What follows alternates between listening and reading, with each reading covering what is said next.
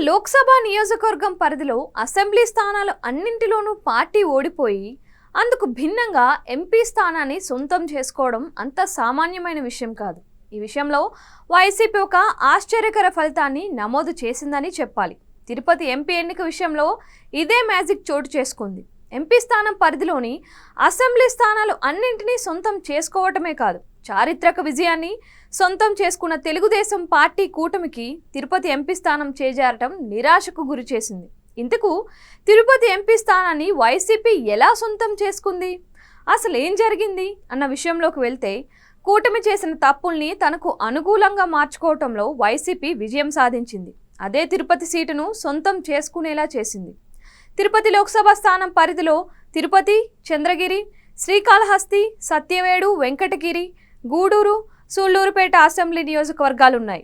ఈ 7 అసెంబ్లీ నియోజకవర్గాల్లో తెలుగుదేశం పార్టీ కూటమి విజయం సాధించింది. మంచి మెజార్టీలను సొంతం చేసుకున్నారు. ఈ లెక్కన చూసినప్పుడు ఎంపీ స్థానానికి బరిలో ఉన్న కూటమి అభ్యర్థి ఆడుతూ పాడుతూ విజయం సాధించాలి కదా. అందుకు భిన్నంగా తిరుపతి ఎంపీగా వైసీపీ అభ్యర్థి మద్దుల గురుమూర్తి గెలవటం ఆసక్తికరంగా మారింది.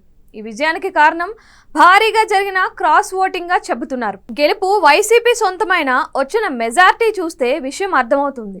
బీజేపీ కూటమి అభ్యర్థిగా బరిలో ఉన్న వరప్రసాద్ మీద వైసీపీ అభ్యర్థి మద్దుల గురుమూర్తి 14,569 ఓట్లతో విజయం సాధించారు. తిరుపతి ఎంపీ స్థానాన్ని టీడీపీ, జనసేన, బీజేపీ ఉమ్మడి అభ్యర్థిగా వరప్రసాద్ను బరిలోకి దించారు. ఆసక్తికర అంశం ఏంటంటే, ఇదే వరప్రసాద్ 2014లో వైసీపీ అభ్యర్థిగా తిరుపతి ఎంపీ స్థానానికి పోటీ చేసి గెలిచారు. ఆ తరువాత 2019లో గూడూరు నుంచి వైసీపీ ఎమ్మెల్యేగా పోటీ చేసి గెలిచారు. అయితే తాజా అసెంబ్లీ ఎన్నికల్లో ఆయనకు టికెట్ ఇచ్చేందుకు జగన్ నో చెప్పడంతో ఆయన వెంటనే పార్టీ మారారు. జనసేన అధినేత పవన్ కళ్యాణ్ కలిసిన ఆయన ఆ తర్వాత బీజేపీలో చేరటం అందరినీ ఆశ్చర్యానికి గురిచేసింది. ఆయనకే తిరుపతి బీజేపీ ఎంపీగా అవకాశం ఇవ్వటంతో బరిలోకి దిగారు. తిరుపతి ఎంపీ స్థానానికి కూటమి అభ్యర్థిగా ఆలస్యంగా సీన్లోకి రావడం ఒక ఎత్తు అయితే, గెలుపు ధీమా ప్రదర్శించి ఓవర్ కాన్ఫిడెన్స్తో పాటు మోడీ మీద ఉన్న వ్యతిరేకత కూడా వరప్రసాద్ ఓటమికి కారణంగా చెప్పాలి. ఒకవేళ ఇదే వరప్రసాద్ తెలుగుదేశం పార్టీ తరపున కానీ, జనసేన పార్టీ తరపున కానీ బరిలోకి దిగి ఉంటే ఫలితం వేరేలా ఉండేది అంటున్నారు.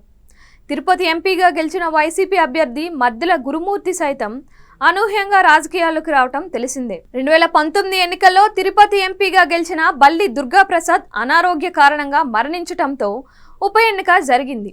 ఈ ఎన్నికల్లో గురుమూర్తిని తెర మీదకు తీసుకొచ్చిన వైసీపీ ఆ ఎన్నికల్లో టీడీపీ అభ్యర్థి పనబాక లక్ష్మిపై ఘన విజయాన్ని సాధించారు. తాజాగా మరోసారి ఎన్నికల్లో గెలవటం ద్వారా రెండోసారి ఎంపీగా లోక్సభలోకి అడుగుపెట్టనున్నారు. తన పరిధిలోని అన్ని అసెంబ్లీ స్థానాల్లో తమ పార్టీ అభ్యర్థులు ఓడిపోయినప్పటికీ తాను మాత్రం ఎంపీగా విజయం సాధించడంతో ఈ గెలుపు ఇన్స్పిరేషనల్ అన్నమాట ఆయన సన్నిహితుల నోటి నుంచి వినిపిస్తుంది.